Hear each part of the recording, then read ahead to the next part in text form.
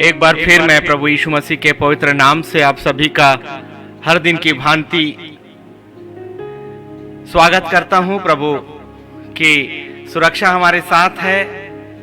जितने इस वक्त मेरे साथ लाइव में जुड़ने जा रहे हैं, प्रभु हम सभी को बहुतायत की आशीष दे और बहुतायत की सुरक्षा भी वो दे। उस खुदा ने हमें अपने नाम लेकर बुलाया है और उसने हमें एक विश्रांति दी है। अपनी सारी चिंताएं उस पर डाल दो, क्योंकि उसको तुम्हारा ध्यान है। सचमुच में ये उस परमेश्वर का अनुग्रह है आप पर और मुझ पर। हर दिन की भांति नमिता जेकब सिस्टर, मैं आपका स्वागत करता हूं। थॉमस वर्गीस जी, मैं आपका भी स्वागत करता हूं। एलिस वर्गीस जी, मैं आपका भी स्वागत करता हूं। आप लोग हर दिन हमारे लाइव को सुनते हैं और मेरा आप सभी से, जितने इस वक्त इस लाइव पर जुड़ते जा रहे हैं, ये निवेदन है कि इसे शेयर करें। मुझे लगता है कि शायद मेरी वॉइस प्रॉपरली आपको आ पा रही है। प्लीज मुझे मैसेज करिएगा। प्रभु आशीषित करे आप सभी को और हम उस परमेश्वर का धन्यवाद करते हैं। हमारी जीवन में बहुत सी चिंताएं हैं। हमारी जिंदगी में बहुत से ऐसे पल हैं जिसकी वजह से हम सोचते हैं कि हमारी जिंदगी व्यर्थ है, लेकिन ये जिंदगी कभी भी प्रभु में व्यर्थ नहीं है। आप सभी का मैं एक बार फिर से प्रभु यीशु मसीह के पवित्र नाम से स्वागत करता हूं। रूली वर्गीस जी, मैं आपका भी स्वागत करता हूं। इंद्रावती सिंह जी, मैं आपका स्वागत करता हूं। मुस्कान साहू, रीता दीदी, मैं आपका स्वागत करता हूं।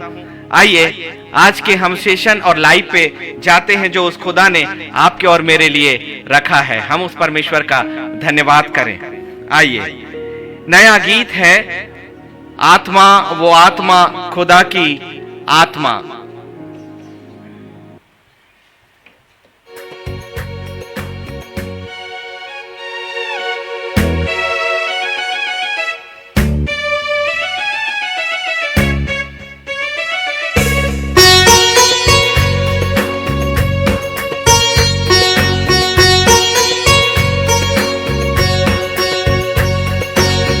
आत्मा आत्मा आत्मा खुदा की आत्मा,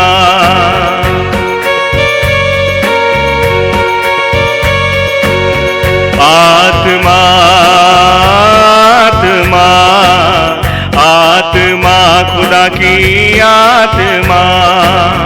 तुझसे है आस मेरी, तुझसे है आस, यही मेरी है ये प्रार्थना, मेरी तुझसे प्रार्थना।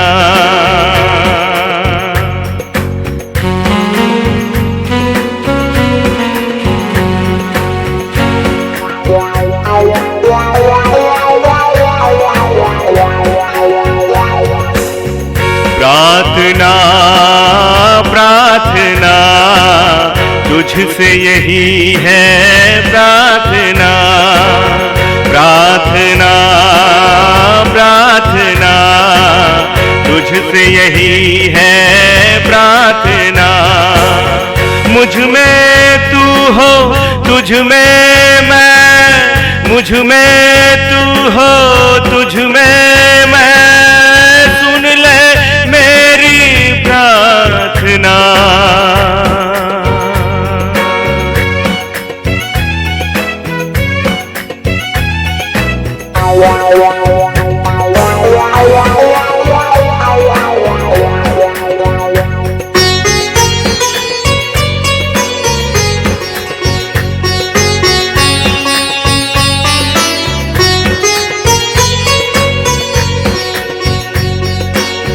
तुझ में मैं खो जाऊं, तुझ में मैं मिल जाऊं, तुझ में मैं खो जाऊं, तुझ में मैं खो जाऊं।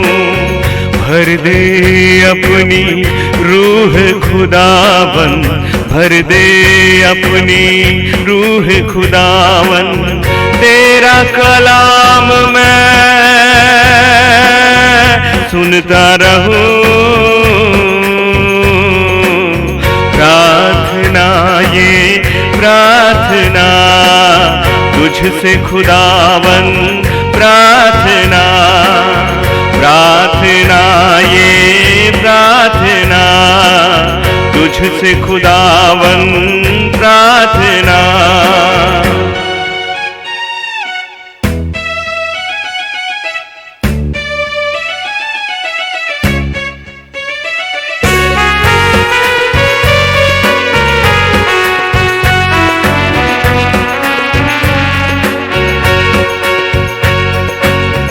मेरा जीवन तुझ में समाया,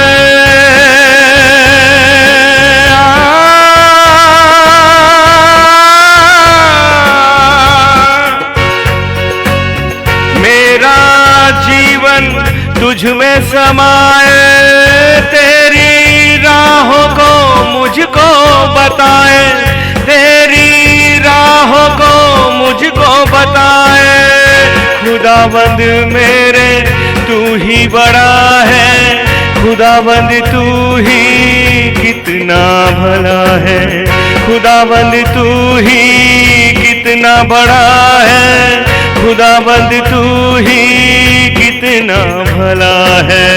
आत्मा आत्मा दे दे खुदा वो आत्मा, आत्मा आत्मा दे दे खुदा वो आत्मा। तुझसे मेरी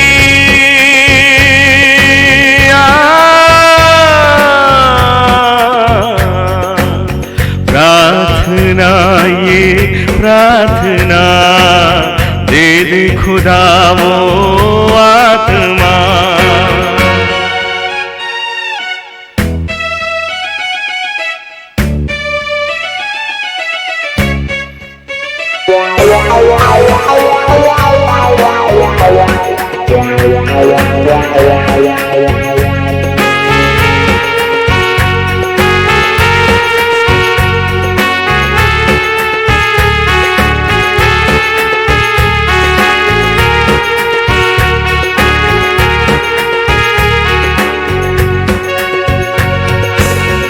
मुझको शांति देता तू है, मुझको कहता मेरा बेटा, अपना बोझ मुझको दे दे। तू मेरी संतान, अपना बोझ मुझको दे दे। तू मेरी संतान, मेरे अब्बा मेरे पिताया, तूने मुझको छू कर जाना। मेरे अब्बा मेरे पिताया, तूने मुझको अपना जाना, अपना जाना, अपना जाना, अपना माना, अपना माना। तू मेरा ही खुदा, तू ही मेरा प्रभु, तू ही मेरा मसीह, तू ही मुझा प्रभु, तू ही मेरा खुदा, तू ही मेरा प्रभु, तू ही मेरा खुदा। प्रार्थना ये प्रार्थना मेरे खुदा ये प्रार्थना, प्रार्थना ये प्रार्थना मेरे खुदा ये प्रार्थना।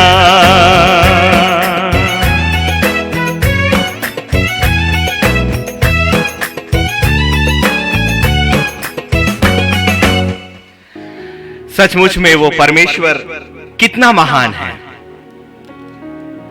कितना गहरा प्रेम उस परमेश्वर का है आपके लिए। मैं हमेशा कहता हूं ना कि कोई संसार में आपके लिए हो या ना हो, हमारे लिए हमारा स्वर्गीय पिता हमेशा से है, जिसने अपना कहा है हमें। और मैं जानता हूं इस वक्त आप सभी उस परमेश्वर के कलाम के लिए इंतजार कर रहे हैं कि वो परमेश्वर आपसे और मुझसे क्या कहता है। वो यही कहता है कि अपनी सारी चिंता मुझ पर डाल दो। ऐसा कौन मनुष्य है जिसकी जिंदगी में चिंता नहीं होती? जब से एक मनुष्य समझ को प्राप्त करता है, तब से एक छोटा बच्चा भी जब अपनी समझ में आता है, उसकी जिंदगी में अपनी छोटी छोटी जरूरतें हैं, उसकी छोटी छोटी इच्छाएं हैं उसकी, और उनको पाने की बातें उसके लिए एक समस्या, एक चिंता होती है। लेकिन एक छोटा बच्चा सिर्फ एक चीज को देखता है, वो है उसके माता और पिता जिन्होंने उसे जन्म दिया। वो जानता है कि संसार में सारे रिश्ते तो हैं, लेकिन वो बच्चा भी इस बात को जानता है कि उनके लिए जो सबसे ज्यादा महत्वपूर्ण व्यक्ति है वो है उसका पिता और उसकी माता।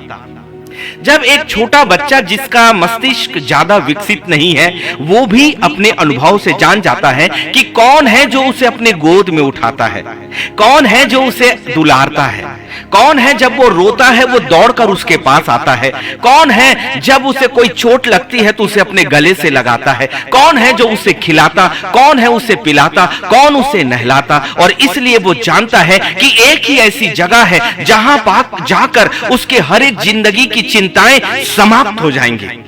और ये सत्य है, जब वो बच्चा अपने माता पिता के पास जाता है, वो माता पिता अपनी सीमा से ज्यादा उसके लिए करते हैं, और सच में वो जिंदगी भर अपने बच्चों के लिए, चाहे वो माता पिता बुजुर्ग ही क्यों ना हो जाए, वो अपने बच्चों की चिंताओं को पूरा करने की कोशिश जरूर करते हैं। जब संसार के माता पिता इतना कुछ कर पाते हैं, तो सोचिए एक ऐसा पिता जो आत्मिक साम्राज्य का पिता है, जिसने वास्तविक रूप में आपको बनाया, वो आपके लिए कितना ज्यादा सोचता है। और एक ऐसा गढ़ जिसकी कोई सीमा नहीं, जिसकी अपनी कोई एक सीमा नहीं, जो प्रारंभ से था, आज भी है और हमेशा रहेगा, और जिसकी सामर्थ और जिसके देने में कोई कमी नहीं। ये पृथ्वी जिसके पैरों की चौकी है, जो परमेश्वर मालिक है समस्त समस्त समस्त सृष्टि का, केवल पृथ्वी का ही नहीं, समस्त सृष्टि का, वो परमेश्वर जिसने आपको बनाया। इसीलिए तो नीति वचन 3:5 और 6 कहता है कि तू अपनी समझ का सहारा मत लेना, परंतु संपूर्ण मन से परमेश्वर यहोवा पर भरोसा करना, क्योंकि वो भरोसे के योग्य ही परमेश्वर है। आइए ना हम एक आत्मिक जिंदगी में जुड़ते हैं उस पवित्र आत्मा से, क्योंकि इस वक्त मैं कैमरे के सामने और आप स्क्रीन पर नहीं, परंतु हम सब अपने परमेश्वर की संतानें हैं, और उस खुदा ने हमसे प्रेम किया, और इसीलिए अंतिम समय में वो चाहता है कि हम आत्मिक रूप से अपनी जिंदगी को बदल दें। और हम हर दिन शैने शैने बदलते जा रहे हैं, और हमारे बदलने से ना सिर्फ हम, परंतु हमारा परिवार और आने वाली पीढ़ियां भी बदलेंगी। क्योंकि विश्वास के साथ यदि हमने अपने वचन पर विश्वास किया जो खुदा का है, तो सच में तू और तेरा घराना उद्धार पाएगा। आपको किसी बात की चिंता करने की जरूरत नहीं।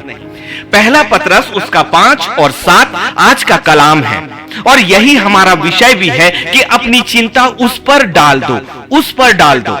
मेरी जिंदगी में चिंताएं हो सकती हैं, अभी भी हो सकती है, आने वाले समय पर भी हो सकती है, लेकिन एक प्रकाशन और एक सच्चाई मैंने सीखा, वो है पहला पतरस 5 और 7, जिसे एक बार नहीं हजारों बार हमने कहा। और एक बात मैं आपको बता दूं आत्मिक लोगों, मैंने आत्मिक लोग ये शब्द इसलिए इस्तेमाल किया है कि आत्मिक लोग आत्मा की बातों को आत्मा के तरीके से सुनते हैं और आत्मा के तरीके से समझते हैं, और आत्मिक रूप से आत्मिक जुबान को इस्तेमाल करके इस शरीर की जुबान को भी उसे इस्तेमाल करते हैं। आपकी जीभ एक बड़ा हथियार है शैतान के लिए, लूसीफर के लिए। जैसे उसने अपनी जुबान से श्रापित जीवन को किया, वैसे ही परमेश्वर ने उसके हर एक श्राप के ऊपर हमें एक जुबान दी है, वो अधिकार दिया है आपको, और इसलिए आपकी जुबान बहुत ज्यादा महत्वपूर्ण है। यदि एक शब्द भी आपने अपनी जुबान से कहा कि खुदावन तेरे वचन पर मैं भरोसा करके करके अपनी सारी चिंता उसी पर अर्थात तुझ पर डालता हूं, क्योंकि तुझे मेरा ध्यान है। ये एक बड़ी ताकत, एक बड़ी सामर्थ्य है। प्रार्थना केवल एक मांगना नहीं है, प्रार्थना परमेश्वर के सिंहासन से जुड़ना है। और इस वक्त आत्मिक संदेश, आत्मिक जिंदगी और आत्मिक क्षेत्र का वातावरण यह है कि हमें नए यरूशलेम में जाना है। और नए यरूशलेम में जाने के लिए इस संसार की दृष्टि से नहीं, संसार की सोच में नहीं, परमेश्वर के साथ चलना होगा, परमेश्वर की आत्मा में चलना होगा। यह संसार तो है, इस संसार की जिंदगी है, और परमेश्वर ने कभी भी आपको इस संसार से अलग नहीं किया, क्योंकि इस संसार की सुंदरता आपके लिए बनाई गई है, इस संसार की मधुरता आपके लिए बनाई गई है, इस संसार की हरियाली आपके लिए बनाई गई है, इस संसार की प्रकृति आपके लिए बनाई गई है, इस संसार का धन खुदा के अपने बच्चों के लिए है, इस संसार की सारी सुरक्षा खुदा के अपने बच्चों के लिए है। पहला अधिकार तो आपका, जितनों ने उस परमेश्वर पर विश्वास किया और उसकी संतान होने का अधिकार प्राप्त किया है।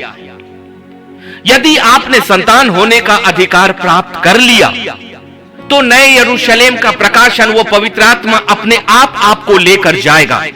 और इसलिए पहला पतरस 5 और 7 आपके और मेरी जिंदगी के लिए आज एक वादा है प्रभु का, अपनी सारी चिंता उसी पर डाल दो, अपनी सारी चिंता उसी पर डाल दो। और हमने मनुष्यों के सामने अपनी चिंताओं को कहा है, मनुष्यों के सामने अपनी बातों को फैलाया है। याद रखें, परमेश्वर मालिक है इस संसार का और रिश्तों का। वो दे सकता है आपको, जो एलिया के पास एक कौवे को भेज सकता है, जो प्रकृति को आदेश कर सकता है, जिसके द्वारा प्रकृति उसकी आज्ञा को मानती है। जब सूरज और चांद और सितारे उस परमेश्वर की आज्ञा में रुक सकते हैं, जब धूप का पृथ्वी अपना रोटेशन, अपना घूर्णन बंद कर सकती है, जो यशायाह के समय में हुआ था, राजा यहोशापात के समय की धूप घड़ी 10 मिनट पीछे हो गई।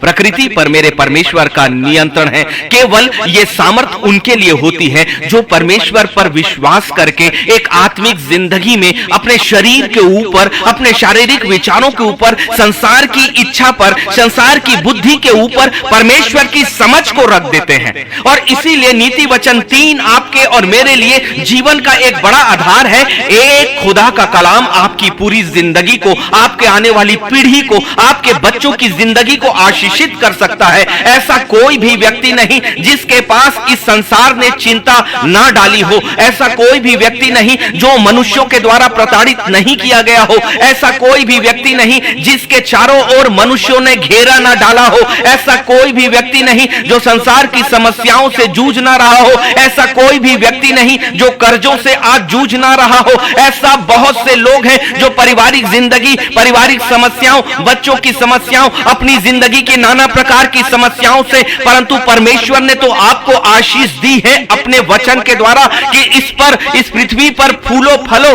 फूलो फलो और फूलो और फलो। फिर परमेश्वर का वो कलाम जो कभी भी खाली नहीं जाता, कैसे खाली जा सकता है?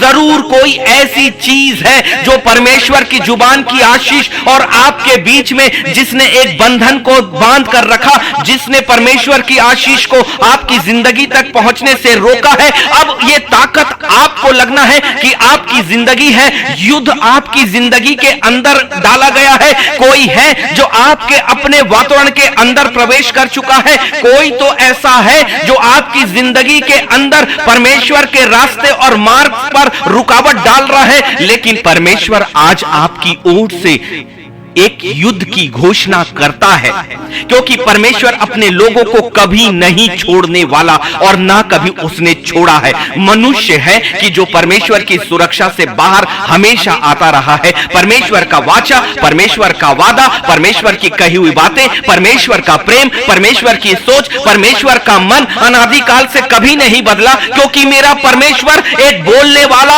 आत्मिक सामर्थ और शक्ति है जो कभी नहीं बदला, ना कभी कभी बदल सकता है। केवल हम इसका फायदा उठाएं कि उस परमेश्वर के वचन के अनुसार, क्योंकि परमेश्वर का वचन सिर्फ एक उपदेश नहीं है, ये धर्म का ज्ञान नहीं है, ये धर्म का प्रचार नहीं है, परंतु ये एक ऐसी सच्चाई है जो आपकी आत्मा के लिए है, आपके वास्तविक जिंदगी के लिए, जो आप वास्तव में हो उस आत्मा के लिए परमेश्वर आज चिंता करता है। वो चिंता ये है कि आपकी शारीरिक चिंताएं आपकी आत्मिक जिंदगी को रोकती हैं, आपकी शारीरिक चिंताएं आपके आत्मिक उन्नति को रोकती हैं, आपकी शारीरिक चिंताएं आपके भविष्य को खराब करती हैं। इसलिए पहला वो वादा परमेश्वर का आपके लिए है जो पहला पतरस 5 और 7 में है, अपनी सारी सारी सारी चिंता। जो वचन मेरे परमेश्वर के मुख से निकला वो कभी भी खाली नहीं जाता। और एक ही प्रार्थना तो मैं करता हूं, चाहे आपके सामने इस समय पर आने से पहले, चाहे मैं किसी भी जगह पर रहूं, चाहे मैं बाजार पर रहूं, चाहे मैं अपनी शासकीय सेवा में रहूं, चाहे मैं अपने किसी भी कार्य पर रहूं, मेरी आत्मा केवल एक ही प्रार्थना करती है, प्रभु तेरा वो कलाम अक्षर अक्षर तू मुझे दे कि तू अपनी संतानों से और मुझसे आज की शाम कौन सी ऐसी बातों को कहना चाहता है। और सच में स्वर्गीय मन्ना तो वही है जो स्वर्ग से आए। और इसीलिए पहला पतरस 5 और 7 उसने दिया कि अपनी सारी चिंता उसी पर डाल दो। शब्दों को देखिए ना, परमेश्वर का वचन कितनी ताकत के साथ कहता है, कितनी निश्चितता के साथ कहता है। इन शब्दों में सर्टेनिटी है, पूरी तरह से निश्चित है, जिसमें कोई फेर बदल नहीं है। और इस वचन में एक ताकत है। क्या है वो ताकत? कौन सी जगह पर यह ताकत है? यह जगह है उसी पर, और दूसरी जगह है सारी चिंता।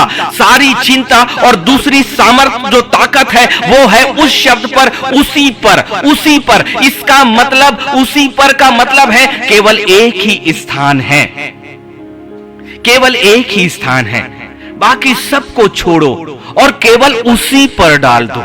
इसीलिए तो आप कहते हो ना कि मेरे पास 10 लोग ही क्यों ना हो, लेकिन मेरा भरोसा तो इस व्यक्ति पर है। एक पत्नी कहती है ना कि मेरे लिए संसार में मेरा मायका रहे या ना रहे, मेरा ससुराल रहे ना रहे, मेरे प्रिय पति, मेरा भरोसा तो तुझ पर है, क्योंकि तू ही मेरी जिंदगी में सबसे महत्वपूर्ण व्यक्ति है। चाहे बच्चे हो, चाहे रिश्ते हो, लेकिन तू ही मेरी जिंदगी में सबसे महत्वपूर्ण है। और एक पति कहता है ना कि हे मेरी प्रिय पत्नी, तू ही मेरी जिंदगी के लिए सबसे महत्वपूर्ण है। ये क्यों ना कहे? क्योंकि उत्पत्ति में तो परमेश्वर ने कहा ही है कि जिसे परमेश्वर यहोवा ने जोड़ा है उसे कोई भी मनुष्य अलग ना करे। लेकिन मेरा प्रचार पति और पत्नी पर नहीं है, परंतु एक ऐसा व्यक्ति जो संसार में है, जब आप उस पर इतना यकीन करते हो, लेकिन यह यकीन कभी हो सकता है कि आपका विश्वास कभी टूट जाए, आपका भरोसा कभी टूट जाए, लेकिन खुदावन का कलाम और खुदावन पर किया गया भरोसा कभी नहीं टूटता। इसलिए उसने कहा अपनी सारी चिंता उसी पर डाल दो। सारी चिंता, इतना मेरे लिए पर्याप्त है। जब मेरा परमेश्वर मुझे कहता है कि अपनी सारी चिंता, चाहे वो छोटी हो चाहे बड़ी हो। कई लोग हमसे प्रार्थना निवेदन करते हैं और कहते हैं ब्रदर मुझे संकोच हो रहा था कि मैं इतनी सी बात के लिए आपको बार बार क्यों परेशान करूं। मैंने कहा कि पहला पतरस 5 और 7 है। खुदा कहता है कि अपनी सारी चिंता उसी पर डाल दो, क्योंकि उसको तुम्हारा ध्यान है। पर्याप्त है। उस परमेश्वर को आपका ध्यान है, उस परमेश्वर को आपका ध्यान है। वो परमेश्वर के विचार कभी नहीं बदले, उस परमेश्वर की सोच कभी नहीं बदली, क्योंकि उस परमेश्वर को आपका ध्यान है। और इसीलिए वो कहता है कि अपनी सारी चिंता उस पर डाल दो। लेकिन बातें यही नहीं समाप्त हो रही है।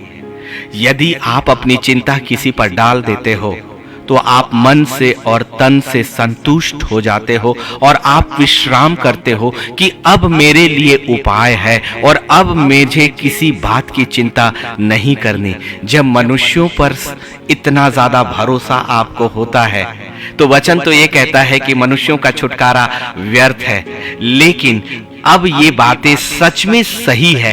पहला पतरस 5 और 7 में एक वादा है कि सारी चिंता उस पर डाल दो क्योंकि उसको तुम्हारा ध्यान है। लेकिन अब यदि हमने अपनी चिंता डाल दिया तो फिर वो चिंता हमारे पास रही ही नहीं, क्योंकि हमने वो चिंता अपने परमेश्वर के ऊपर, उस स्वर्ग के ऊपर, उस यीशु नासरी के नाम से और पवित्र आत्मा की सहायता में होकर स्वर्ग के हवाले कर दिया है। और स्वर्ग अब अपना काम जानता है, स्वर्ग अपना काम जानता है। परमेश्वर अपने कार्यों को आपकी जिंदगी में करना जानता है और इसलिए निर्गमन 33 और 14 आपके साथ है। क्यों? क्योंकि यहोवा ने कहा, यहोवा ने कहा।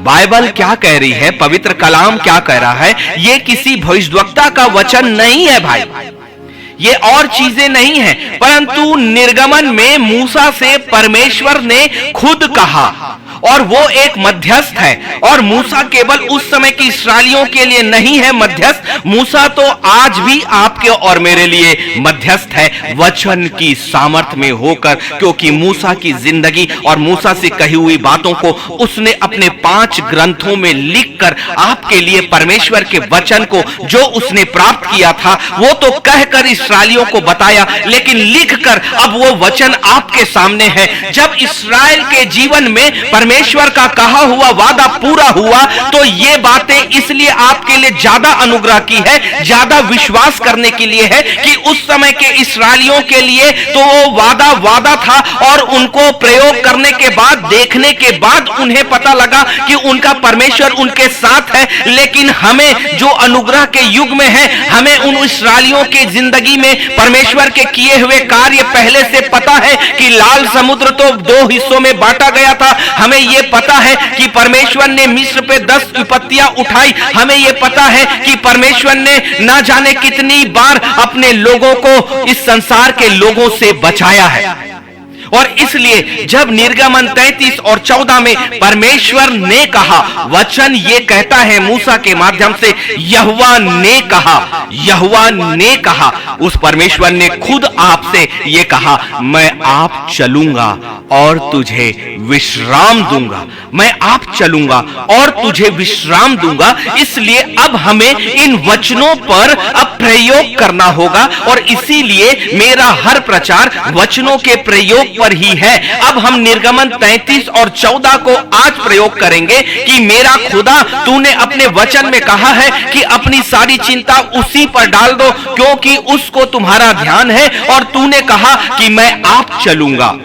तेरा पवित्र आत्मा तो है, लेकिन प्रभु तेरा वचन ये कहता है कि तू मेरी जिंदगी के हर पलों पर, तू मेरी जिंदगी के हर उन चिंता के समय पर, उस जिंदगी के मेरे अकेले होने पर, मेरी जिंदगी के हर परेशानियों पर, मेरी जिंदगी के हर कमी पर, खुदाबंद तेरे वचन के अनुसार तू मेरे साथ चलेगा। और तूने मुझसे कहा कि तू मुझे विश्राम देगा। इस संसार में कौन ऐसा है जो आपको कहे कि तू अपनी सारी चिंता मुझ पर डाल दे और तू आराम कर? लोगों ने तो आपको यह दोष दिया है कि तुम तो कुछ करते नहीं और तुम सिर्फ आराम करते हो और मैं तुम्हारे लिए खटता रहता हूं। जो रिश्ता आपके लिए सबसे बड़ा है, उसकी जुबान भी कभी ना कभी आपके सामने ये कह देती है कि तू तो कुछ भी नहीं करता, तू तो कुछ भी नहीं करती, लेकिन तेरी जिंदगी की सारी चीजों को, तेरा बोझ मुझे ही सहना पड़ रहा है, तुझे मुझे ही खिलाना पड़ रहा है, तेरी जरूरतों को मुझे ही पूरा करना है। लेकिन एक ऐसा परमेश्वर जो आत्मिक खुदा है, जो हमसे ये बातें कभी नहीं कहता, परंतु उल्टा है, उल्टा तो होगा ही, क्योंकि संसार के मनुष्यों की समझ और मेरे खुदा की समझ, मनुष्यों का छुटकारा और मेरे खुदा के छुटकारे में जमीन और आसमान का अंतर है। यही तो भेद है। और इसीलिए तो हम मनुष्यों पर नहीं, मनुष्यों की छोटी छोटी क्षमताओं पर नहीं, मनुष्यों की सीमाओं पर नहीं, अपने सामर्थी परमेश्वर और उसके कलाम पर भरोसा करते हैं। विश्वास करें, एक बार अपनी चिंता अपने परमेश्वर पर डालिए। लेकिन ये बातें इसलिए पूरी नहीं हुई आपकी जिंदगी में क्योंकि कहीं ना कहीं आपके विश्वास में कमी हुई कि मेरे खुदा ने जो कहा वो कहा। और इसलिए आत्मिक रूप से आपकी आत्मा का तैयार होना जरूरी है, और इसीलिए पवित्र आत्मा की सहायता भी बहुत जरूरी है, क्योंकि जब तक वो पवित्र आत्मा की सहायता नहीं मिलेगी, आपकी आत्मा आपके शरीर के ऊपर की बातों को, आत्मिक साम्राज्य को, आत्मिक वचन के प्रकाशन को, खुदावन के भेदों को नहीं समझेगी। और एक बहुत बड़ा छद्म युद्ध इस वक्त लूसीफर ने एक झूठे प्रचार और झूठी धार्मिकता का छेड़ा हुआ है, और अधिकांश लोग उस झूठी धार्मिकता के चक्रव्यूह में फंसकर उन्होंने परमेश्वर के सामर्थी वचन और वचन के अनुसार, जो केवल पवित्र आत्मा के द्वारा ही संभव है, अंधियारे और उजियाले का कोई भी मेल नहीं। लूसीफर की बातें अनंत काल की मृत्यु की ओर ही ले जाने के लिए है, लेकिन पवित्र आत्मा की बातें नए यरूशलेम में ले जाने के लिए है। इस जिंदगी का थोड़ा सा वर्ष ही हमारा बाकी है, लेकिन सौदा बहुत ही सस्ता एक तरफा है, क्योंकि कीमत पूरी तरह से स्वर्ग ने ही चुकाई है, और अब वो स्वर्ग ही आपको शिक्षा दे रहा है। और इसीलिए वो पहले ही कह चुका कि तू अपनी समझ का सहारा मत लेना, परंतु संपूर्ण मन से अपने परमेश्वर यहोवा पर ही भरोसा रखना। क्या इतना पर्याप्त नहीं है कि आपके खुदा ने कहा कि मैं आप चलूंगा और तुझे विश्राम दूंगा? तो ये प्रयोग की प्रार्थना तो एक ही हो गई ना, दो कलाम ही आपके लिए एक सामर्थी प्रार्थना में बदल जाएगी। आपकी जिंदगी की अपनी चिंताएं सच में अपने परमेश्वर के सामने घुटनों पर आए, उससे आदर दें और अपनी आत्मा को ऊपर रखें। कुछ समय के लिए शरीर, कुछ समय के लिए शैतान, कुछ समय के लिए मनुष्य, कुछ समय के लिए रिश्ते आपका मजाक उड़ाएंगे, आपके जीवन में वो रोड़ा बनेंगे, वो रुकावटें बनेंगे। बहुत से कॉल मुझे आते हैं कि जब उनका अपना जीवन साथी, उनकी आत्मिक जिंदगी, उनकी प्रार्थना की जिंदगी मसीह की संगति में रोड़ा बनते हैं, लेकिन मनुष्यों का छुटकारा व्यर्थ है। कभी भी परमेश्वर की सामर्थ को मनुष्यों की सामर्थ के नीचे कभी मत करिएगा, कभी भी आत्मिक समझौता कभी भी मत करिएगा, क्योंकि यही सबसे बड़ा घेरा है। और इसलिए आत्मिक समझौता जो है वो शैतान के द्वारा ही होता है, और वही शैतान आपके वातावरण में, आपके अपने रिश्तों, आपके अपने प्रिय जनों के माध्यम से आपकी जिंदगी, आपके परिवार में घुसता है। लेकिन एक दिन आपकी ये आत्मिक संघर्ष फल लाएगा, और वो व्यक्ति भी आपके साथ खुदा के सामने घुटनों को टेकेगा, क्योंकि ये बातें पहला पत्रस 5 और 7 में है। यदि आपने चिंता किया तो खुदा कहता है उन चिंताओं को, उन रुकावटों को तुम मुझ पर डाल दो, क्योंकि मुझे तुम्हारा ध्यान है, और अब मैं तेरे साथ चलूंगा और तू विश्राम कर, तू विश्राम कर, विश्राम कर। कई बार हम बहुत जल्दी करते हैं ना, कई बार हम कहते हैं कि प्रभु मेरी जिंदगी में काम नहीं हो रहा। मैंने ऐसे बहुत से लोगों को देखा, और मैं किसी की उलाहना नहीं करता, लेकिन पूरे 12 वर्षों में खुदा ने मुझे तैयार किया, और अभी भी ये मेरी शुरुआत है। 12 वर्षों में सिर्फ शुरुआत हुई, लेकिन बहुत से लोगों ने ये कहा, जो केवल 2 महीने, 3 महीने, 7 दिन, 4 दिन एक झूठी आत्मा, एक बहकाने वाली आत्मा से सतर्क रहें, क्योंकि एक बड़ा योद्धा बनने के लिए, एक अच्छा योद्धा बनने के लिए आपकी परीक्षा और आपका प्रशिक्षण भी उतना ही कठिन होगा। बिना प्रशिक्षण के, बिना घाटियों से गुजरे हुए, बिना तकलीफों को महसूस किए आप परमेश्वर के लिए कभी भी कार्य नहीं कर पाएंगे, क्योंकि परमेश्वर का कार्य उन लोगों के लिए है जिनकी जिंदगी में चिंताएं हैं। परमेश्वर का कार्य उन लोगों के लिए है जिनके आंखों में आंसू है। परमेश्वर के कार्य उन लोगों के लिए है जिनकी जिंदगी में पीड़ा है। परमेश्वर का कार्य उन लोगों के लिए है जिनके पास खाने को नहीं, और परमेश्वर अपने योद्धा को तो तभी तैयार करेगा जो आंसुओं से गुजरा हो, जो पीड़ाओं से गुजरा हो, जो कमियों से गुजरा हो, जो भूखे रहा हो। तब तो वो जानेगा कि परमेश्वर की लोगों की आवश्यकताएं क्या है, और तभी तो एक मध्यस्थ उस मध्यस्थता को कर पाएगा, क्योंकि उसकी आत्मा तब तक उस पीड़ा, तब तक उस भूख को नहीं महसूस कर पाएगी, तब तक उन चिंताओं को महसूस नहीं कर पाएगी। कैसे उस व्यक्ति का दिन और रात जाता है, कैसे उसकी सुबह होती है, कैसे उसकी शाम होती है, कैसी उसकी जिंदगी का एक एक पल वो आंसुओं के बीच में गुजारता है, कैसे कैसे कैसे जानोगे, कैसे जानोगे? जब तक कि उन कतली गलियों से होकर खुद ना गुजरो, जब तक आपके आंसुओं और आंसू से आपकी आंखें कभी ना भरी हो, जब तक कि वो तकलीफ मन में और शरीर में ना झेला हो, जब तक उन बीमारियों को अपने शरीर में झेल कर उस पर आपने विजय नहीं पाई हो, जब तक आपने लोगों और मनुष्यों का सामना ना किया हो, तब तक कैसा योद्धा और कैसे लोग और कैसे आत्मिक संतानें। इसलिए 1 या 2 या 3 महीनों में नहीं, परमेश्वर की योजना के अनुरूप है। यदि आपने कहा कि मैं वचन को जानता हूं, तो वचन की गहराई में उतरना जानिए, क्योंकि जानने से कुछ नहीं, परंतु हथियार को केवल जानने से नहीं, हथियार को चलाने वाला ही योद्धा होता है। इसलिए वचन को केवल समझना नहीं है, वचन को केवल जानना नहीं है, वचन को प्रयोग करने वाला परमेश्वर के लिए योद्धा है। जब शमूएल शाऊल के पास पहुंचा, शाऊल ने कितनी हड़बड़ी की थी। उसने शमूएल का कार्य खुद किया। जो खुदा के नबियों का कार्य है, जो खुदा के चुने हुए लोगों का कार्य है, परमेश्वर तय करेगा कि उसका कार्य कौन करेगा। परमेश्वर तय करेगा कि उसका काम, कौन सा काम किस जगह पर किसके द्वारा कब किया जाएगा, यह परमेश्वर तय करेगा। यदि मनुष्य आपने ये तय किया, तो कभी भी परमेश्वर की योजनाओं का जमीन तैयार नहीं होगा और परमेश्वर की आत्मा कभी भी कार्य नहीं करेगी। और जहां खुदा की आत्मा नहीं, आपको क्या समझ है? क्योंकि कब वो आत्मिक योद्धा, जो आत्मिक शत्रु है, आपके वातावरण पर आए और अपनी दुष्ट आत्माओं के द्वारा कुछ कार्य करे, और आपको लगेगा कि आपने पवित्र आत्मा की ओर से उस कार्य को किया है, और बहुतेरों के लिए आप भटकने का कारण बन सकते हो। इसीलिए परमेश्वर ने नीति वचन 3 को बार बार आपके सामने रखा है कि तू अपनी समझ का सहारा मत लेना, मत लेना, मत लेना। इसलिए तो मैंने अपनी जुबान को अपने परमेश्वर के हाथों में छोड़ा, हर दिन की भांति, हर दिन की भांति, कि प्रभु जब मैं कैमरा ऑन करूं, पिता तेरा स्वर्ग मेरे लिए प्रारंभ हो जाए।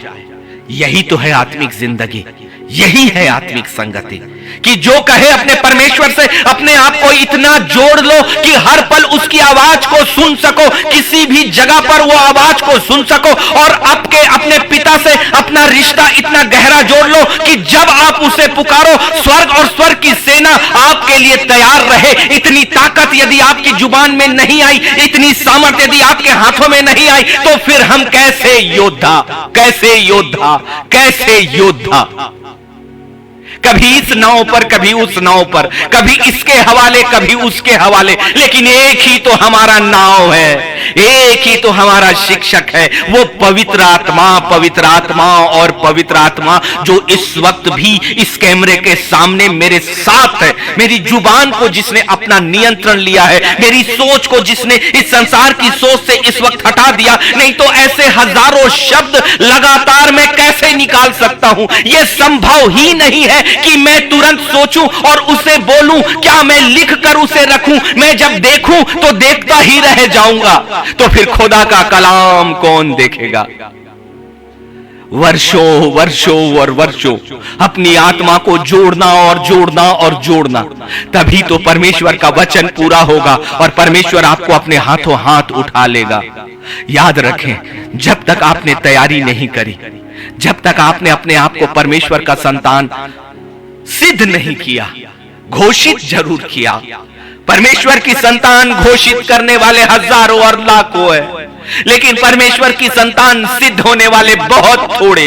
और इसीलिए खुदा ने कहा, बुलाए हुए तो बहुत हैं जिन्होंने अपने आप को घोषित किया है, लेकिन चुने हुए जिन्होंने परमेश्वर की संतान होने को सिद्ध किया है, बहुत थोड़े हैं। छोड़ना होता है अपनी इच्छाओं को, छोड़ना होता है अपनी अभिलाषाओं को। कुछ समय के लिए ये आत्मिक युद्ध रहेगा, लेकिन एक दिन, एक समय आपको परमेश्वर एक ऐसी ऊंचाई को देगा जब आप उस घाटियों को गुजरकर परमेश्वर के प्रशिक्षण को पूरा करोगे, परमेश्वर की आज्ञा में चलना परमेश्वर के सामने सिद्ध करोगे। उसके बाद परमेश्वर के योद्धा कभी भी पीछा नहीं देखते, कभी भी उन्हें पीछे नहीं देखना होगा, क्योंकि उनके पैर हमेशा आगे और आगे और आगे बढ़ेंगे, क्योंकि खुदा ने निर्गमन 33 और 14 में कह दिया, मैं आप चलूंगा और तुझे विश्राम दूंगा।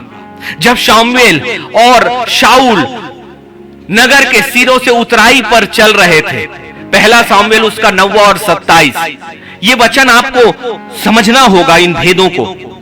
तब शमूएल ने शाऊल से कहा, देखिए शाऊल था, शमूएल था और उसका सेवक था, ये 3 लोग थे और वो नगर के सिरे की उतराई पर चलते चलते, ये मत भूलें कि शमूएल ने परमेश्वर के वचन के अनुसार शाऊल को इस्राएल का पहला राजा परमेश्वर की ओर से घोषित किया और उसका अभिषेक किया था। चुनाव परमेश्वर का था, अधिकार परमेश्वर के द्वारा दिया गया था। और उस समय शमूएल शाऊल के लिए परमेश्वर की ओर से एक मध्यस्थ था। और भेद क्या है, देखिए कि जब ये तीनों उतर रहे थे शहर की उतराई से, एक सिरे से, तो शमूएल ने शाऊल से कहा, अपने सेवक को हमसे आगे बढ़ने की आज्ञा दे। और वहां लिखा है वो आगे बढ़ गया। परंतु शमूएल ने शाऊल से एक बात स्पष्टता के साथ कही। पहली बात क्या कही कि तू अपने सेवक को हमसे आगे बढ़ने दे, हमसे आगे बढ़ने दे, परंतु तू अभी खड़ा रह, तू अभी खड़ा रहे कि मैं तुझे परमेश्वर का वचन सुनाऊं।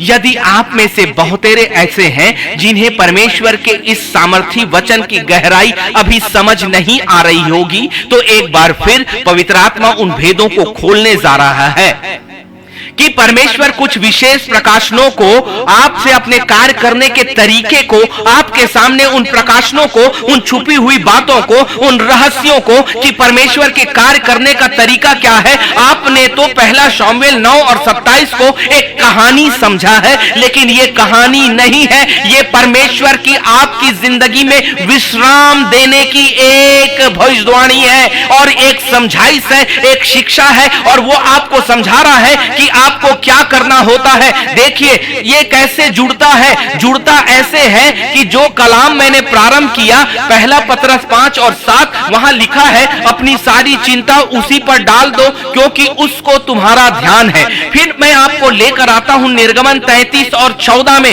कहां से नए नियम से होकर हम निर्गमन में आते हैं। यहोवा कहता है कि मैं आप चलूंगा और तुझे विश्राम दूंगा। ठहर जाओ, चिंता उस खुदा पर डाल दो और ठहर जाओ, चिंता उस खुदा पर डाल दो और ठहर जाओ। और अब वो पहला शमूएल के माध्यम से आपको कुछ आज्ञा दे रहा है कि उन लोगों को जो संसार की दृष्टि से सोचते हैं, जो संसार के रूप में आपके साथ हैं, क्योंकि सेवक तो सेवक है, इसलिए देखिए 3 लोग हैं। एक वो व्यक्ति जिसकी जिंदगी में परमेश्वर का कार्य होना है, जिसके लिए परमेश्वर का वचन आना है, वो है राजा शाऊल। एक वो व्यक्ति जो परमेश्वर की ओर से उस व्यक्ति के लिए एक माध्यम बन रहा है, जो परमेश्वर के कलाम को उन तक पहुंचा रहा है। खुदावन के लोगों, परमेश्वर के कार्य करने का तरीका कभी नहीं बदला। आज भी परमेश्वर अपने मध्यस्थों को, आज भी परमेश्वर अपने भविष्यवक्ताओं को, आज भी परमेश्वर अपने रहस्य के खोलने वाले व्यक्तियों को, जो आपके बीच से ही मनुष्य होंगे, उन्हें आपके लिए नियुक्त करता है। और तीसरा वो व्यक्ति है जो उसका सेवक है, जो एक संसार की दृष्टि से उसके लिए है। और इसलिए अब परमेश्वर क्या कहता है, एक बड़ा प्रकाशन। शमूएल ने शाऊल से क्या कहा कि अपने सेवक को आगे बढ़ने दे। इसलिए परमेश्वर का कार्य करने का तरीका, जिसे आप कहते हो कि परमेश्वर ने मुझे अकेला कर दिया, परमेश्वर ने मुझे सब कुछ से अलग कर दिया, मेरे रिश्तों को अलग कर दिया। कितनी बार मैंने कहा, जब जब दाऊद 12 वर्ष जंगलों में और गुफाओं में छिपता रहा शाऊल से बचकर, पूरे 12 वर्ष दाऊद भागता रहा, छिपता रहा, और तब जाकर परमेश्वर की उत्पत्ति उसके लिए प्रकट हुई। 12 वर्षों का विश्राम। यूसुफ की जिंदगी में पूरी जवानी और 3-3 वर्षों का वो जेल, परमेश्वर ने उसे विश्राम दिया है। जिसे आप तकलीफ कह रहे हो, जिसे आप पीड़ा कह रहे हो, जिसे आप छोड़ना कह रहे हो, वो परमेश्वर का विश्राम है आपके लिए, नहीं तो ये कलाम आपके सामने है ज्यों का त्यों। वो कहता है इस सेवक को आगे बढ़ने दे, आगे बढ़ने दे। खुदा कहता है संसार को उनके रास्तों पर आगे बढ़ने दो, अपने रिश्तों को उनके संसार को उनकी इच्छाओं पर आगे बढ़ने दो, लेकिन तुम ठहर जाना, तुम उसी जगह पर ठहर जाना। परंतु तू अभी खड़ा रह कि मैं तुझे परमेश्वर का वचन सुनाऊं। ठहर जाना, ठहर जाना। जब कुछ दिखाई ना दे तो परमेश्वर के कार्य करने के तरीकों को समझना कि कुछ वक्त, कुछ वर्ष परमेश्वर एक ही परिस्थिति पर, एक ही परिस्थिति पर, एक ही जगह पर, एक ही घेरे पर, एक ही कमी और एक ही घटी पर आपको रखता है। ये इंसान ने नहीं, आपने नहीं, परमेश्वर की योजनाएं हैं जो आपकी बुद्धि, आपकी समझ में आने वाली नहीं है। इसलिए कुछ परिस्थितियां यदि वर्षों में नहीं बदली, कुछ परिस्थितियां यदि महीनों में नहीं बदली, तो जान लीजिए कि कुछ समय के लिए संसार आगे बढ़ गया, लेकिन खुदा ने अपने वचन, अपने कलाम, और वो वचन, वो कलाम उसकी इच्छा है, उसकी योजनाएं हैं। यिर्मयाह 29:11 है कि जो कल्पनाएं मैंने तेरे विषय की है उन्हें मैं जानता हूं, वो तेरे लिए हानि की नहीं परंतु लाभ ही की है। इसलिए तो शमूएल ने शाऊल से कहा आगे जाने दो, संसार को आगे जाने दो, लेकिन तू इसी जगह पर खड़ा हो जा। और आज आत्मा मुझसे कहता है कि तेरी परिस्थितियां जो वर्षों से नहीं बदली, मैं तुझे कहता हूं तू इन्हीं परिस्थितियों पर खड़ा रहा और इन्हीं परिस्थितियों के बीच में अपने पैरों की जमीन को तू गाड़ कर रख। इन्हीं परिस्थितियों के बीच में तेरे पैर असाधारण नहीं है। जहां लोग कहते हैं कि तू खड़ा हो गया, जहां लोग सोचते हैं कि तू बंध गया, जहां लोग सोचते हैं कि तेरे लिए उपाय नहीं है, जान रखो ये मैंने तुझे चाहा और कहा है कि तू विश्राम कर। इन्हीं परिस्थितियों के बीच में विश्राम कर, अपनी चिंता मुझ पर डाल दे, अपनी चिंता मुझ पर डाल दे। कैसा कैसा प्रकाशन और कैसी कैसी गहराई, कैसी कैसी समझ और कैसी कैसी बुद्धि। क्या आप खुदा की योजनाओं के ऊपर उसके उन गहरे भेदों को हम समझ पाएंगे? क्या मैं पहला पत्रस और निर्गमन और पहला शमूएल को जोड़ पाता जब तक कि वो पवित्र आत्मा उन भेदों को आपके और मेरे जीवन तक नहीं लाएगा? आपकी परिस्थितियां जहां पर है वहीं पर स्थिर हो जाएं, लेकिन स्थिर होकर चुपचाप मत बैठे। परमेश्वर का वचन मांगे, परमेश्वर की इच्छा को मांगे, परमेश्वर की आज्ञा के लिए रुके रहे और ठहरे रहे और निरंतर अपनी दृष्टि अपने जीवते परमेश्वर की ओर उठाकर रखें। परिस्थितियां बदलेंगी क्योंकि परमेश्वर बदलने वाला परमेश्वर है। इसीलिए पहली चीज है कि उस जगह पर विश्राम करो। और वो कहता है कि कांपते रहो, कांपते रहो और पाप मत करो। भजन संहिता 4:4, कांपते रहो और पाप मत करो। अपने अपने बिछौने पर मन ही मन सोचो और चुपचाप रहो, चुपचाप रहो। अपने अपने मन में सोचो, अपने अपनी आत्मा में सोचो, अपने मन में सोचो, क्योंकि मन ही एक आत्मिक क्षेत्र है जिस क्षेत्र पर खुदा की आवाज और जिस जगह पर परमेश्वर का सिंहासन बनता है वो हो आप, आपका अपना मन, आपकी अपनी आत्मा। इसीलिए वो कहता है कांपो क्योंकि खुदा तुम्हारे अंदर है। पाप मत करो क्योंकि वो खुदा तुम्हारे अंदर है। क्यों? अपने बिछौने पर जब तुम चिंता करते हो, जब तुम अपने बिस्तर पर जाते हो तो कहते हो मुझे नींद नहीं आती क्योंकि मेरी जिंदगी की चिंताएं मुझे याद आती है। लेकिन परमेश्वर इसके बिल्कुल विपरीत आपसे बात करता है कि तुम तो सिर्फ ये सोचो कि परमेश्वर तुम्हारे साथ है, क्योंकि उसी ने कहा कि मैं आप तुम्हारे साथ चलूंगा, मैं आप तुम्हारे साथ चलूंगा और तुझे विश्राम दूंगा। इसीलिए वो कहता है कांपो और पाप मत करो क्योंकि परमेश्वर तुम्हारे बीच में है, परमेश्वर तुम्हारे बीच में है। अपने अपने बिछौने पर मन ही मन सोचो, मन ही मन सोचो और चुपचाप रहो, चुपचाप रहो, चुपचाप रहो। और भजन संहिता 27:14 आगे आपसे कुछ वादों को करता है। यहोवा की बाट जो तारा हियाव बांध और तेरा हृदय दृढ़ रहे। हाँ, यहोवा ही की बाट जो तारा आएगा खुदा, आपकी जिंदगी में उसका वाचा है। यदि आप अभी अपरिवर्तित हो, यदि आपकी परिस्थितियां अभी भी अपरिवर्तित है, तो जान लीजिए कि परमेश्वर ने आपको आज्ञा दी है कि उन परिस्थितियों पे तुम विश्राम करो, उन्हीं परिस्थितियों पर तुम विश्राम करो, उन्हीं परिस्थितियों पर तुम विश्राम करो, क्योंकि मैं आप तुम्हारे साथ चलूंगा और तुम्हें विश्राम दूंगा।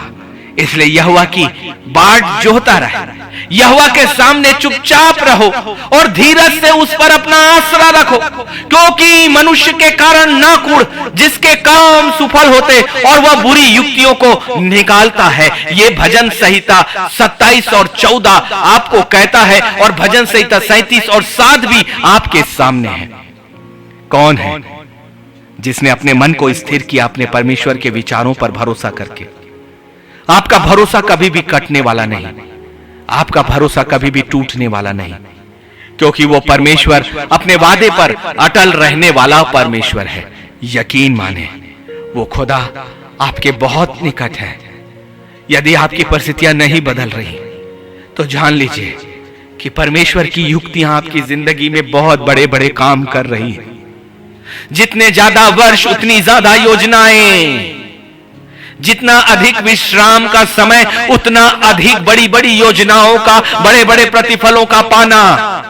जितना आपने खोया है उसका 4 गुना अय्यूब की जिंदगी के समान पाना, क्योंकि मेरा परमेश्वर स्वर्गीय साम्राज्य का देने वाला परमेश्वर है, जो आपके शरीर की भी सुरक्षा करता है, आपके वातावरण की भी सुरक्षा करता है। परमेश्वर के लोग कभी खाली नहीं होते, परमेश्वर के लोग कभी अकेले नहीं होते। कभी आपने अपने आप को अकेला देखा और कभी अपनी आंखों को बंद करके कहा कि प्रभु तू मेरी आत्मिक आंखों को खोल, तू मेरी आत्मिक आंखों को खोल। और जैसे एलीशा ने और एलीशा के सेवक ने देखा, वैसे ही आप परमेश्वर के सराउंडिंग को, परमेश्वर के चारों ओर के बाड़े को अपनी आंखों से देखोगे और महसूस करोगे कि वो खुदा आपकी जिंदगी के इतने करीब खड़ा है, इतने करीब खड़ा है कि आप अकेले नहीं थे, ना कभी थे, ना कभी होगे, क्योंकि माता के गर्भ के समय से ही वो परमेश्वर और उसके विचार और उसकी सामर्थ आपके साथ चल रही है। परमेश्वर कभी कभी नहीं बदला, परमेश्वर कभी उत्पन्न नहीं हुआ,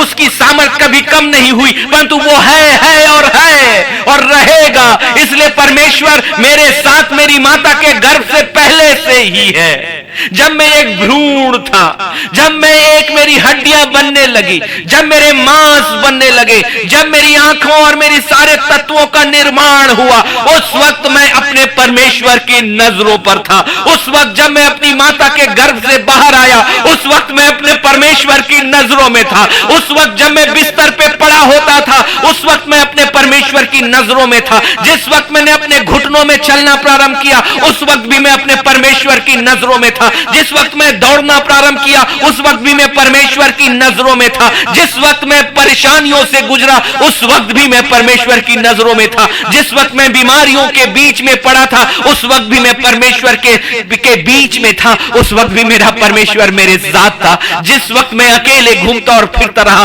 उस वक्त भी परमेश्वर मेरे साथ था। जिस वक्त मैं कमी और घटियों में रहा, उस वक्त भी परमेश्वर मेरे साथ था। जिस वक्त मैंने अपने घुटनों में अपने आंसुओं को बहाया, उस वक्त भी वो खुदा मेरे साथ था। जिस वक्त मैंने इस संसार की आशीषें पाई, उस वक्त भी वो खुदा मेरे साथ था। वो खुदा कब मुझसे अलग है और वो खुदा कब आपसे अलग है? उसका वचन हमेशा आपके लिए हमेशा ताया हुआ और परखा हुआ है। इसलिए ताई और परखी हुई चीजों को छोड़कर हमने मनुष्यों के बीच में अपना आसरा खोजा और इसीलिए हमारी जिंदगी में चिंताएं आई। लेकिन आज का कलाम उस पवित्र आत्मा के द्वारा एक सामर्थ का है। हमें उसी जीवन में उन्हीं विचारों पर नहीं रहना, लेकिन आत्मिक युद्ध तो विचारों का क्षेत्र ही है और परमेश्वर का वचन उन्हीं विचारों के क्षेत्र में आपको बदल रहा है। यदि हमारी आत्मा समझ को प्राप्त कर ली, यदि सच्चाई को प्राप्त कर ली, तो वो दिन दूर नहीं जब लूसीफर आपके पैरों के नीचे कुचला जाएगा।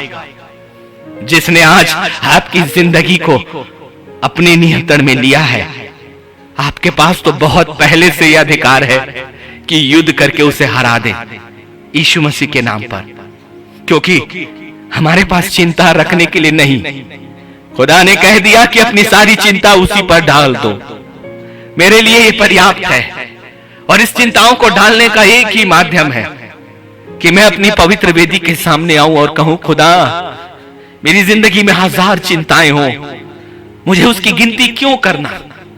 आप कहते हो ना, मेरे पास ये भी चिंता, ये भी चिंता, ये भी चिंता, मेरे पास ये भी कमी, ये कभी एक चीज से निकला नहीं कि दूसरी चीजें, दूसरे से निकले नहीं कि तीसरी चीजें।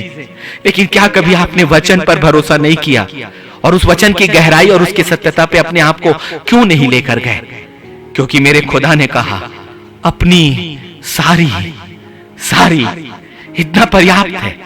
1 2 3 4 1000 लाख करोड़ों चिंताएं हो, मेरे परमेश्वर के लिए वो एक ही बार में समाप्त करने की योग्य है, क्योंकि उसने एक शब्द मुझसे कह दिया, सारी चिंता।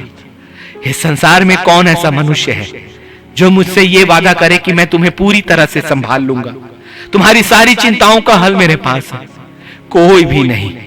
नहीं यकीन नहीं तो इस संसार में खोज कर देखिए, पूछ कर देखिए, आजमा कर देखिए, अपने गहरे रिश्तों को भी, सबसे करीब व्यक्ति को भी। वो कभी भी आपकी हर चिंता का हल नहीं रखता है, लेकिन सिर्फ और सिर्फ मेरा परमेश्वर मुझसे अपने वचनों के द्वारा वादा करता है। और वो वादा किसी परमेश्वर के द्वारा कहा गया एक ऐसा सामर्थी वचन है, क्योंकि मेरा परमेश्वर मनुष्य नहीं है। और यदि वो मनुष्य नहीं है तो फिर कौन है? बोलने वाला परमेश्वर, जिसके बोलने में ही सब कुछ है। और उसने कह तो दिया ना कि अपनी सारी चिंता उसी पर डाल दो, उसी पर, एक पर। तो मेरे लिए एक ही तो काफी है, मेरी पूरी जिंदगी भर के लिए, और उस जिंदगी के लिए जो मेरी पीढ़ियों को, मेरे बच्चों को, मेरी संतानों को मिलने जा रही है। एक मध्यस्थ पूरी पीढ़ियों के लिए सुरक्षा का कारण होता है।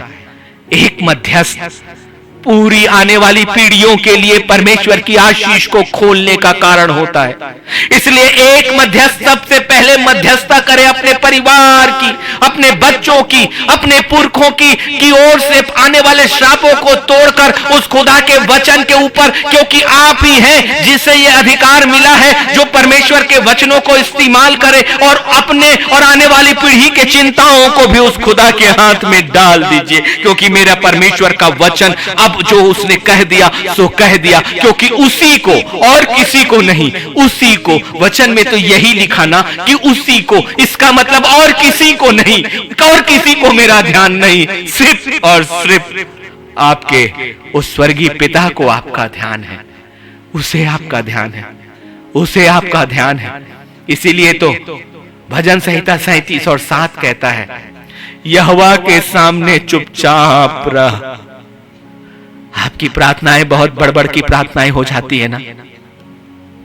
जब आप कलीसिया में एक बड़ी भीड़ में होते हो, आपकी चिल्लाहट और बढ़ जाती है।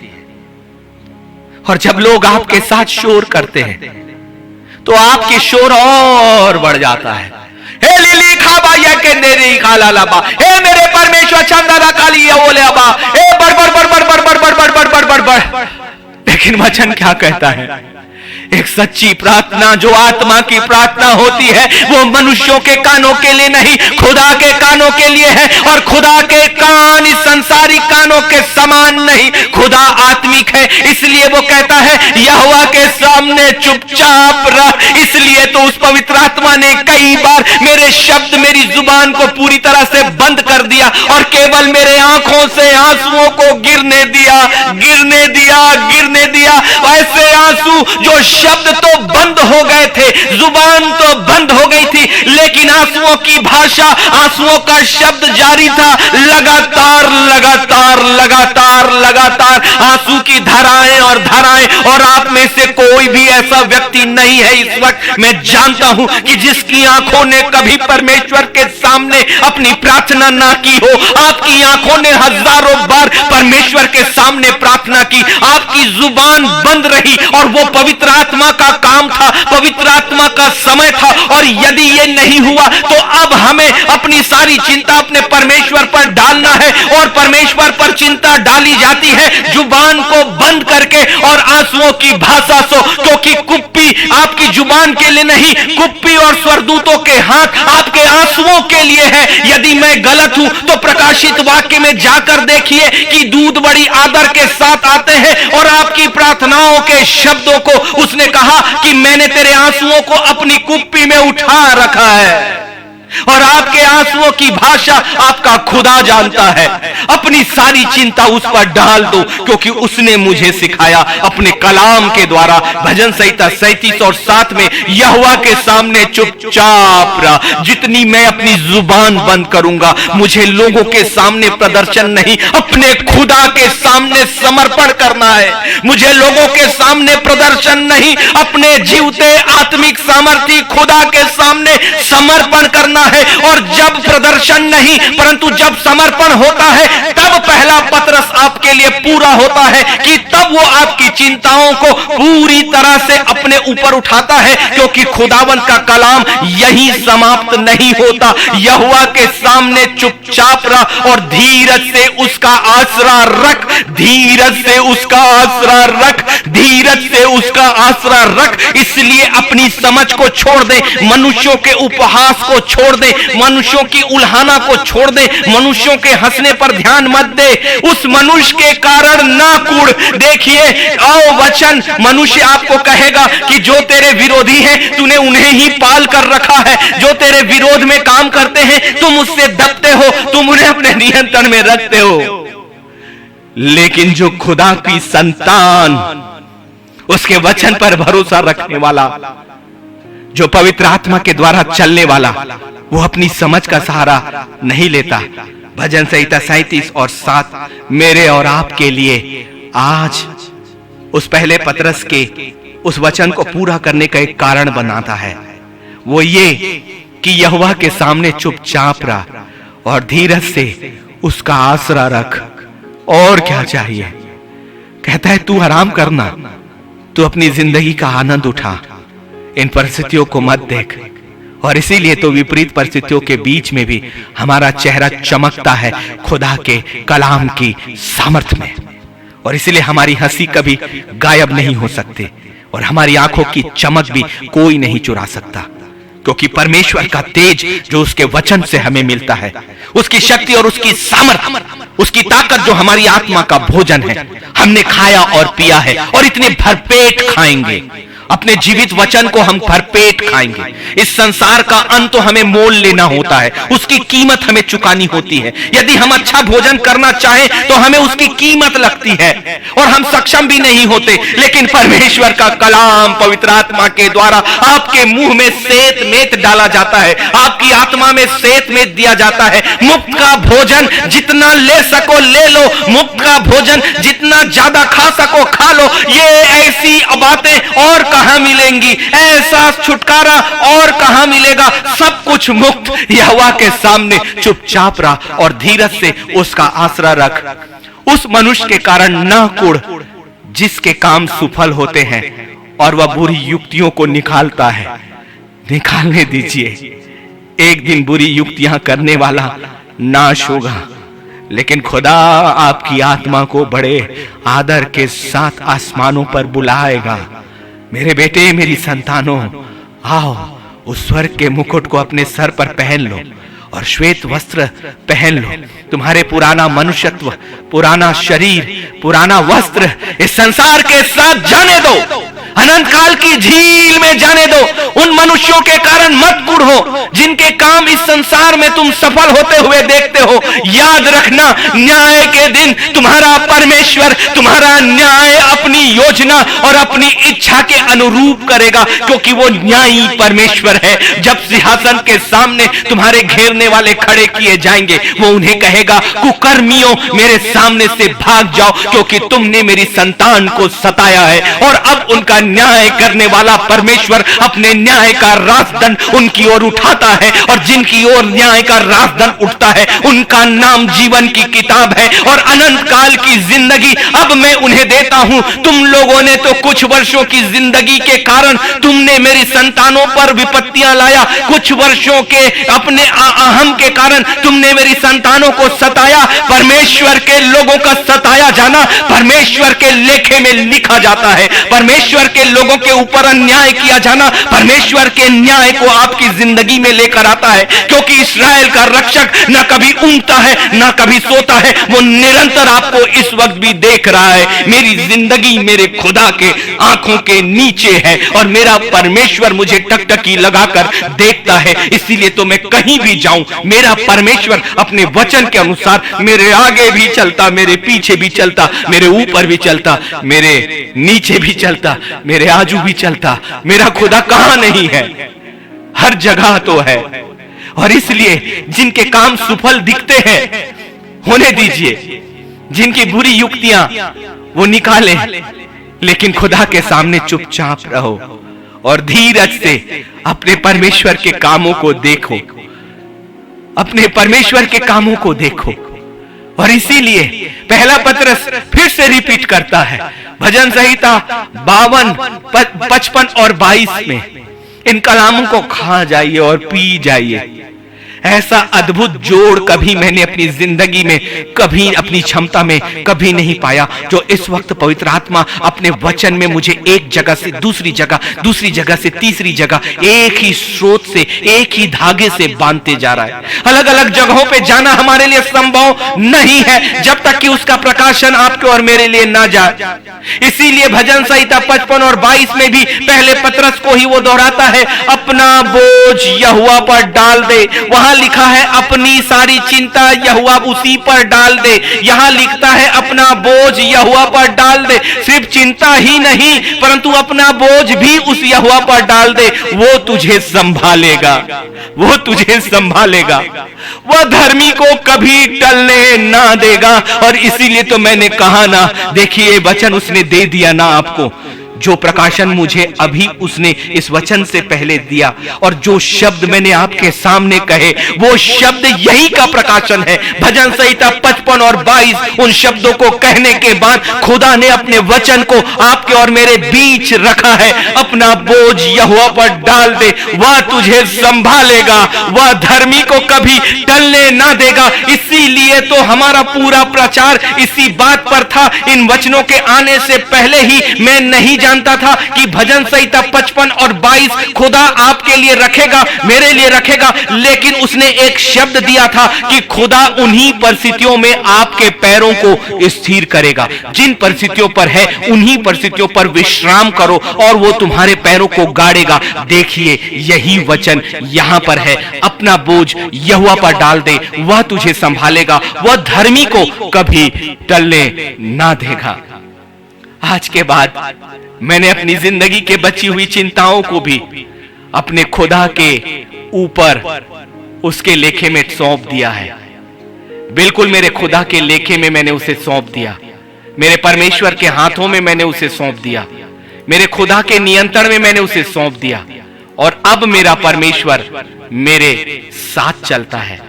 अब वो परमेश्वर आपके साथ चलेगा। अपनी सारी चिंता उस पर डाल दीजिए, क्योंकि उसी को तुम्हारा ध्यान है। अपना बोझ यहोवा पर डाल दे, वह तुझे संभालेगा, वह धर्मी को कभी टलने ना देगा। इसीलिए कहा कि परमेश्वर की चेतावनियों को मानो और चुपचाप अपने बिछौने पर अपने मन और मन में सोचो कि खुदा ने मेरी जिंदगी में मेरी सारे चिंताओं को अपने ऊपर ले लिया है। प्रभु आपके इस कलाम के लिए सिर्फ हम आपका धन्यवाद कर सकते हैं। आपके हर कलाम के लिए हम आपका धन्यवाद करते हैं। प्रभु के लोगों, कल की शाम मैं लाइव नहीं आ रहा हूं कुछ व्यक्तिगत कारणों से, और इसलिए हम परसों जरूर 9 बजे ठीक मुलाकात करेंगे। कृपया ध्यान रखिएगा, कल 9 बजे लाइव नहीं होने जा रहा है। प्रभु आप सभी को बहुत आयत की आशीष दे। जय मसीह की।